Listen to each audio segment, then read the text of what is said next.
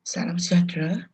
Saya akan membentangkan penulisan akademik 2 saya yang bertajuk Strategi Pengajaran Guru untuk Murid Golongan B40.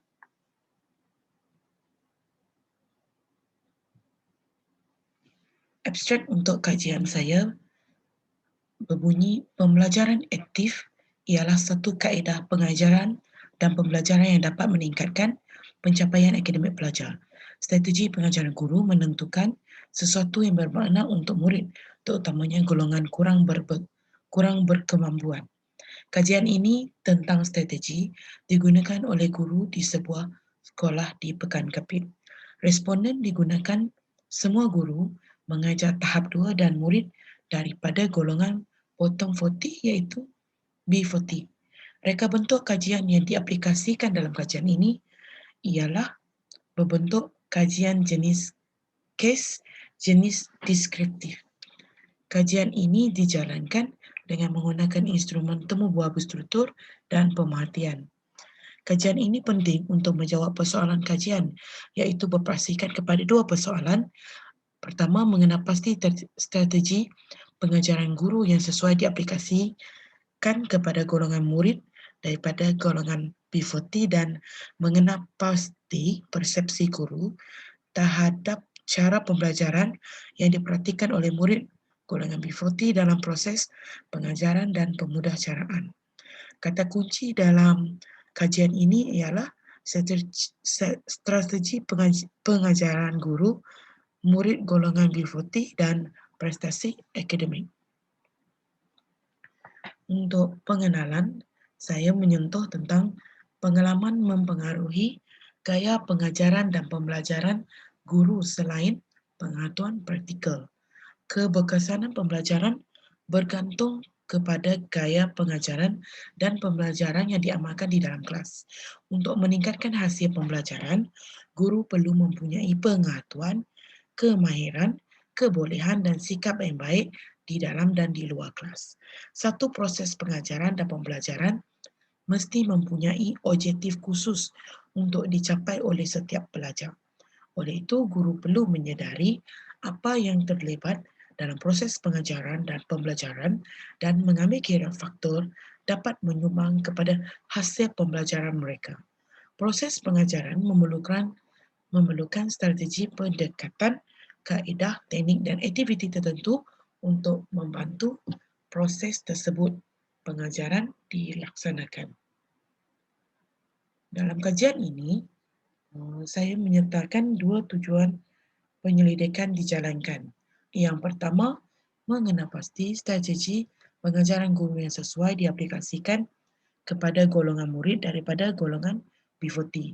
Yang kedua, mengenal pasti persepsi guru terhadap cara pembelajaran yang diperhatikan oleh murid golongan B40 dalam proses pengajaran dan pemudahcaraan. Persoalan kajian. Melalui kajian ini, persoalan kajian dibina seperti berikut. 1. Apakah strategi pengajaran guru yang sesuai diaplikasikan kepada golongan murid daripada B40? Yang kedua, apakah persepsi guru terhadap cara pembelajaran yang diperhatikan oleh murid golongan B40 dalam proses pengajaran dan pemudahcaraan? Sorotan literatur saya ringkaskan mengambil 5 sumber yang menjadi pokok utama mengapa kajian ini diambil kira tentang beberapa teori yang diguna pakai. Desi, Conster dan Ryan tahun 1999 yang telah membuat kajian mengatakan kajian mereka menggalakkan pendidik menggunakan ganjaran maklumat untuk berusaha mengawal gaya pengajaran dan mengelakkan tekanan yang tidak perlu semasa mencuba mengenali tingkah laku yang ideal dan mempromosikan kebebasan untuk melaksanakan tugas dan serlahkan komponen menarik. Lieber, Corpus dan Langer tahun 2005 telah bersetuju dengan Gus Wooden dan mula tahun 1980 mengatakan bahawa mereka menemui yang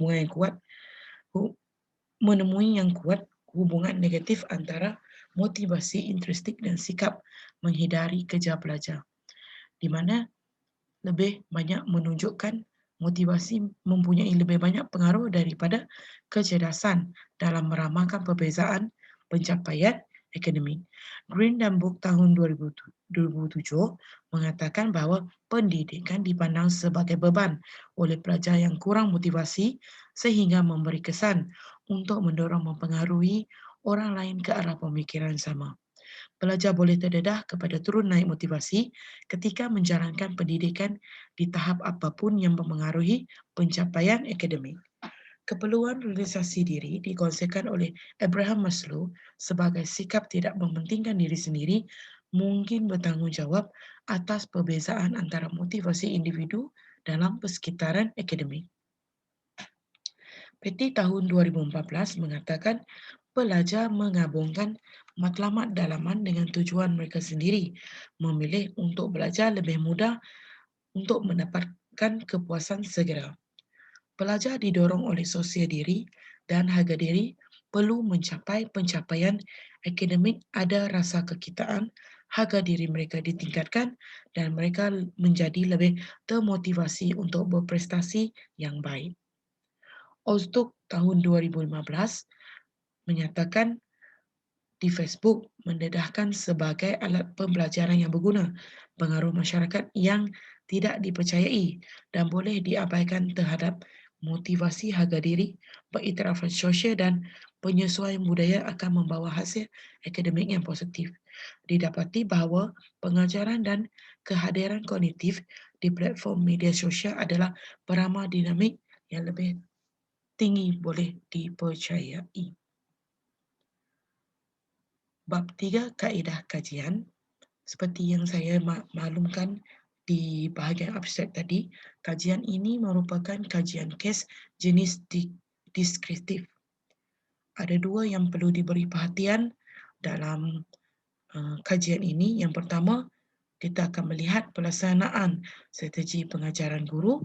Yang kedua, kemahiran pembelajaran murid. Dalam pelaksanaan strategi pengajaran guru ini, model yang kita perhatikan adalah model pengajaran Gini dan model Azure. Untuk kemahiran pembelajaran murid, ada dua teori yang berkait. Pertama, teori kecerdasan pelbagai dan model hierarki keperluan Maslow. Kajian jenis kes deskriptif ini dapat menghuraikan fenomena tertentu secara terperinci dengan merujuk format penghuraian tertentu secara sistematik dan rasional dalam kajian. Untuk dapatan kajian, setelah menjalankan temu bual bersemuka bersama guru-guru yang mengajar tahap 2 di sekolah, salah satu sekolah di Pekan Kapit, hasil yang saya dapati adalah untuk bahagian pelaksanaan strategi pengajaran guru. Pertama, guru menyediakan rancangan pengajaran harian mengikut model Azure. Yang kedua, terdapat amalan daripada teori pembelajaran Gini diperhatikan oleh guru. Yang ketiga, guru menggunakan strategi pembelajaran kooperatif. Melalui pemerhatian saya, rancangan pengajaran harian yang mengikut model Azure ini bukan semua diperhatikan oleh semua guru. Ada beberapa bahagian tidak mengikut aliran model Azure ini, tetapi secara keseluruhannya rata-rata mereka faham dan mengikut peringkat-peringkat dalam model Azure. Untuk teori pembelajaran Gini, dalam bilik kelas saya dapati semasa pemerhatian, saya mendapati bahawa semua guru memperhatikan teori pembelajaran Gini ini secara tidak langsung. Untuk strategi pembelajaran kooperatif pula, saya mendapati guru-guru di sekolah ini mengamalkan amalan pembelajaran kooperatif di mana aktiviti-aktiviti PAK 21 dijalankan dan memberi impak kepada murid. Untuk bahagian kemahiran pembelajaran murid, persepsi guru yang pertama, mereka mengatakan bahawa murid mempunyai kecerdasan pelbagai dalam pembelajaran. Yang kedua, murid golongan B40 lebih cenderung kepada aktiviti hands-on, bahan yang terdekat dengan aktiviti. Ketika penggunaan ICT kurang diperhatikan dalam PDPC murid golongan B40. Keempat, keperluan untuk murid golongan B40 masih belum mencukupi untuk pendedahan dalam pembelajaran mereka. Dalam perbincangan, untuk menjawab dua persoalan ini, dalam kajian ini, yang pertama, apakah strategi pengajaran guru yang sesuai diaplikasikan kepada golongan murid B40? Pertama, model Asia mempunyai asas yang kukuh dijadikan panduan oleh guru dalam pembinaan bahan media pengajaran dan pembelajaran. Ini kerana berdasarkan kajian lalu, model ini bukan saja memberi panduan kepada guru dalam pengajaran dan pembelajaran, malahan ciri-ciri yang terkandung dalam model ini mampu mengubah tanggapan pelajar terhadap proses pengajaran dan pembelajaran yang selalu diperkatakan sebagai membosankan. Strategi pengajaran berpusatkan pelajar memberi penekanan terhadap penglibatan murid berbanding dengan hanya penyampaian daripada guru. Menurut Lee tahun 2004, pembelajaran kooperatif melengkapi suasana pembelajaran murid yang sama dengan saling memahami antara satu sama lain. Interaksi yang bebas dalam suasana yang sama dalam kalangan murid memberikan murid lebih bebas untuk mengeluarkan pendapat dan idea masing-masing dengan kawan dan guru. Accountability individu atau murid membolehkan murid lebih membantu murid yang lebih lemah. Di sini tercetus wujudnya murid yang pandai ataupun lebih cepat mendapat idea daripada hasil pengajaran guru, membantu murid yang lemah dengan cara mereka tersendiri dan lebih difahami oleh rakan mereka yang lemah. Murid lebih yakin dalam membina hubungan komunikasi dengan guru dan rakan-rakan dalam proses pembelajaran. Ini perbincangan untuk menjawab strategi pengajaran guru yang pertama. Untuk persoalan yang kedua dijawab terhadap perspeksi guru terhadap cara pembelajaran diperhatikan oleh murid golongan B40 dalam proses pengajaran dan memudah caraan. Kreativiti dan inovasi dapat dicungkil dan dari murid dapat memperoleh pelbagai perspektif mengenai sesuatu perkara serta mengaplikasi pengetahuan yang sedia ada dalam situasi dan konteks yang baru dan berlainan. Aktiviti bilik darjah boleh dipelbagaikan dengan menggunakan strategi teori kecerdasan pelbagai untuk meningkatkan perkembangan kognitif mengikut taksonomi Bloom. Yang kedua, kemahiran berfikir untuk perkembangan murid dapat mengaplikasikan apa yang diajar dalam hal tertentu. Dalam visual ruang, murid dapat menakar, membuat peta minda, membayangkan masalah dan penyelesaiannya. Melalui kinestetik pula, murid boleh memanipulasi alat bahan untuk menyelesaikan masalah.